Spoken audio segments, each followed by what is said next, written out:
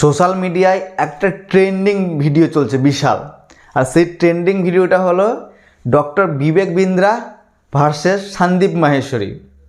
হ্যাঁ, এদের নিয়ে যে একটা কন্ট্রোভার্সি সৃষ্টি হয়েছে সোশ্যাল মিডিয়ায়, কি সন্দীপ মাহেশ্বরী স্যার আরেকটা কথা বলছেন ও ডক্টর বিবেক বিন্দ্রা আরেকটা কথা বলছে। এই নিয়ে কিন্তু একটা কন্ট্রোভার্সি শুরু হয়েছে সোশ্যাল মিডিয়ায়, যেই কন্ট্রোভার্সিটা কিন্তু অনেক বড় হয়ে গেছে, বড়োভাবে সৃষ্টি হয়ে গেছে। আর এই যে কন্ট্রোভার্সিটার শুরু হয়েছিল প্রথমে সন্দীপ মাহেশ্বরী স্যারের শো থেকে। সন্দীপ মাহেশ্বরী শো ইউটিউবে একটা চ্যানেল চালায়, যেই চ্যানেলটাই কিন্তু মিলিয়নে সাবস্ক্রাইব। ও ডক্টর বিবেক বিন্দ্রাও কিন্তু ইউটিউবার, ও তারও কিন্তু মিলিয়নে সাবস্ক্রাইবার। সন্দীপ মাহেশ্বরী স্যারের যে ইউটিউবে সাবস্ক্রাইব সংখ্যা হলো 28.4 মিলিয়ন সাবস্ক্রাইব। ও বিবেক বিন্দ্রা স্যারের ওরও কিন্তু ইউটিউবে যে তার সাবস্ক্রাইব সংখ্যা হলো কিন্তু 21.4 মিলিয়ন। তো কম বেশি কিন্তু দুজনের সাবস্ক্রাইব এক। কিন্তু এই যে এই পুরো কন্ট্রোভার্সিটা শুরু হয়ে যায় সন্দীপ মাহেশ্বরী স্যারের যে একটা শোয়ে। তার দু একটা দর্শক তাকে উঠে কোশ্চিন করে, স্যার আমরা একটা বড় ইউটিউবের কাছ থেকে একটা কোর্স কিনেছিলাম, বিজনেস রিলেটেড কোর্স। তখন যে এই যে বড় একটা বিজনেস রিলেটেড কোর্স কি যেখানে তাদের প্রলোভন দেওয়া হয় কি তারা যদি সেই কোর্সটা কিনে নেয় ও সেই কোর্সটা কমপ্লিট করে, তাহলে তারা কিন্তু অতি তাড়াতাড়ি খুব একটা বড় লোক হয়ে যাবে, কোটিপতি হয়ে যাবে, এইরকম একটা কিছু।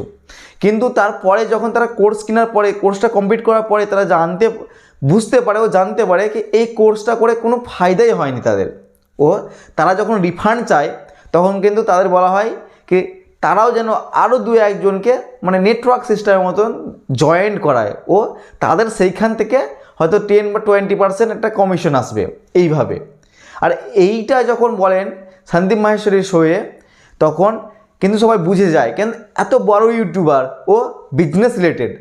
তারপরেই কিন্তু এই শোটার পরেই কিন্তু মানে ডক্টর বিবেক বিন্দ্রা একটা তার যে ডক্টর বিবেক বিন্দ্রার যে ইউটিউব চ্যানেলের তার সেখান থেকে কিন্তু একটা এই যে সন্দীপ মাহেশ্বরীকে একটা লিগ্যাল নোটিশ যায়। আর এই লিগ্যাল নোটিশটা যাওয়ার পরেই সবার শিওর হয়ে যায় কি এটা ডক্টর বিবেক বিন্দ্রার এই জিনিসটায় তার উপর থেকে। কারণ ডক্টর বিবেক বিন্দ্রা যে তার একটা ইউটিউবে মোটিভেশনাল চ্যানেল চালায়, সেই মোটিভেশনাল চ্যানেলটার নাম হলো ডক্টর বিবেক বিন্দ্রা মোটিভেশনাল স্পিকার।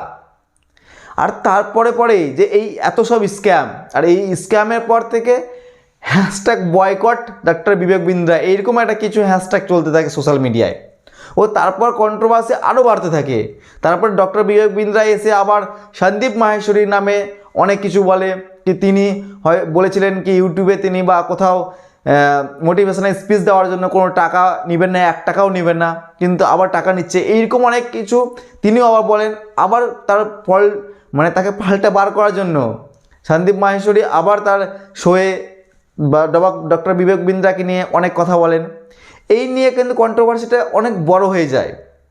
তারপরে আবার শোনা যাচ্ছে কি এখন কি ডক্টর বিবেক বিন্দ্রা তার যে সেকেন্ড ওয়াইফ বা দ্বিতীয় ওয়াইফ তার উপরে নাকি মারধর করেছে। ও তার যে ডক্টর বিবেক বিন্দ্রা সালা, তিনি কি করেছেন নাকি থানায় কমপ্লেন করিয়েছেন ডক্টর বিবেক বিন্দ্রার নামে, কেস করিয়েছেন কি তার স্ত্রীর ওপর মারধর, এইরকম একটা কিছু রিলেটেড তার উপর একটা কমপ্লেন করেছে। আর এইসব ডক্টর বিবেক বিন্দ্রার যেন একটা খারাপ টাইম চলছে। কারণ তাকে নিজে সন্দীপ মাহেশ্বরী যেইভাবে একটা কন্ট্রোভার্সি সৃষ্টি করেছে, কন্ট্রোভার্সি না একটা স্ক্যাম বলে একটা এরকম একটা স্ক্যাম বিজনেস এই জিনিসটা।